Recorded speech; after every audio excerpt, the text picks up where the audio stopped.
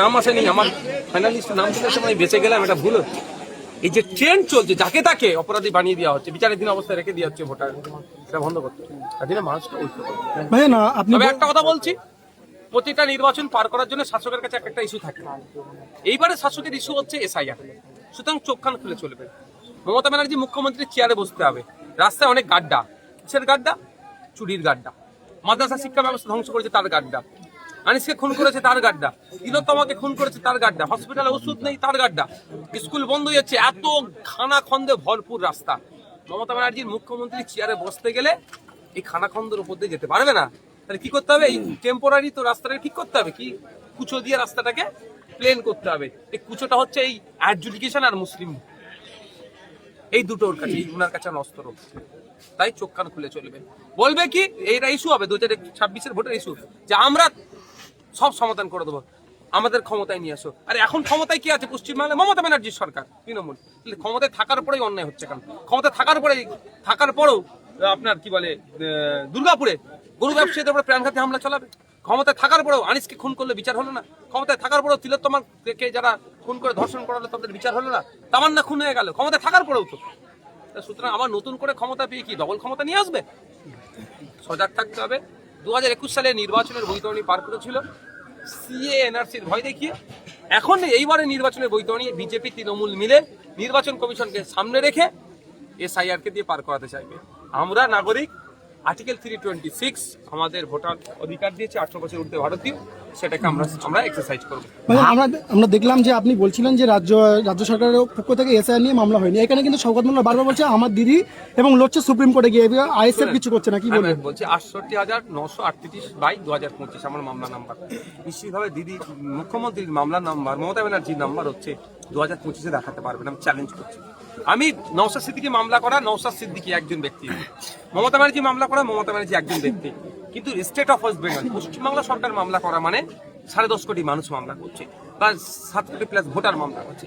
কিন্তু এটা করছে না, সব করবে আসল জায়গায়। মানে সারা তরকারি সব ভালো রান্ধ, যদি লবণটা না হয়ে যায় দেশটা কি আর পাওয়া যাবে? এইটা সব করবে। আপনারা আজকে ইফতারির ব্যবস্থা করেছিলেন, ইফতারি ব্যবস্থা করেছেন, খেজুরটা আমরা শুনি খেজুর দিয়ে ইফতার করে, না থাকলে অন্য জিনিস খায় না। যদি খেজুরটা না থাকতো আমি জন্য বোঝাটা কুসকুস মনে হতো। সব উনি করবেন। রাস্তাঘাটে অন্যরা এসআইআর নিয়ে আন্দোলন করলে পুলিশ দিয়ে পিটাবেন। দেখলেন তো আলিয়া মাদ্রাসার প্রফেসরদের, আলিয়া বিশ্ববিদ্যালয়ের প্রফেসরদেরকে আর ছাত্রদেরকে মারলো। উনি বলছেন এসআইআর এর বিরুদ্ধে, আবার এসআইআর এর বিরুদ্ধে যদি কেউ আন্দোলন করে তার নামে মিথ্যা মামলা, কেস ফেস, তার মারধর করছে। মানে বুঝতে পারছেন, তৃণমূল বিজেপি মিলে এবার বাইনারি সেট করছে। বিজেপি তৃণমূলের বাইনারি তৈরি করছে। বিজেপি বলবে শুভেন্দু অধিকারী 90% বাদ দিয়ে দেবো, মমতা ব্যানার্জি বলবে আমি রেখে দেবো। এই করতে করতে ভোট এসে যাবে, একটা তো ঝুলবে, কিছু একটা জায়গায় দাঁড়াবে, ইস্পাত তো কিছু একটা হবে। কিন্তু আমরা কি বলছি, আগে সমাধান পরে নির্বাচন। কিন্তু মমতা ব্যানার্জি এটা বলছে না কেন? সত্যিকারের অর্থে মমতা ব্যানার্জি যদি ভোটারদের পাশে থাকেন, তাহলে ওনার প্রথম কাজ কি হবে? আগে সমাধান পরে নির্বাচন। এইটা ওনার আওয়াজ তোলা, এবং এই আওয়াজটা যদি মমতা ব্যানার্জি তোলে, কেউ মমতা ব্যানার্জির পাশে থাকুক আর নাই থাকুক, নওশাদ সিদ্দিকী মমতা ব্যানার্জির পাশে থাকবে। কারণ ভোটারদের স্বার্থই হচ্ছে আইএসএফ এর ভরসা। ভাঙড়ে যেমনই শওকত মোল্লা এসে বলছে আইএসএফরা উন্নয়ন করতে পারছে না, এবং পিরানগঞ্জ অঞ্চলে একাধিক এলাকাতে লাইট বসাতে গেলে এবং মারধর করছে, সে লাইট একেবারে সে পোস্টার তুলে ফেলে দিয়েছে। কি বলবেন? উন্নয়ন বলছে আইএসএফ করতে পারছে না, তারপরে আইএসএফ এর এতদিন বলছিল উন্নয়ন করতে পারেনি, আর যেই কাজ হচ্ছে সেইগুলো করতে দেবে না।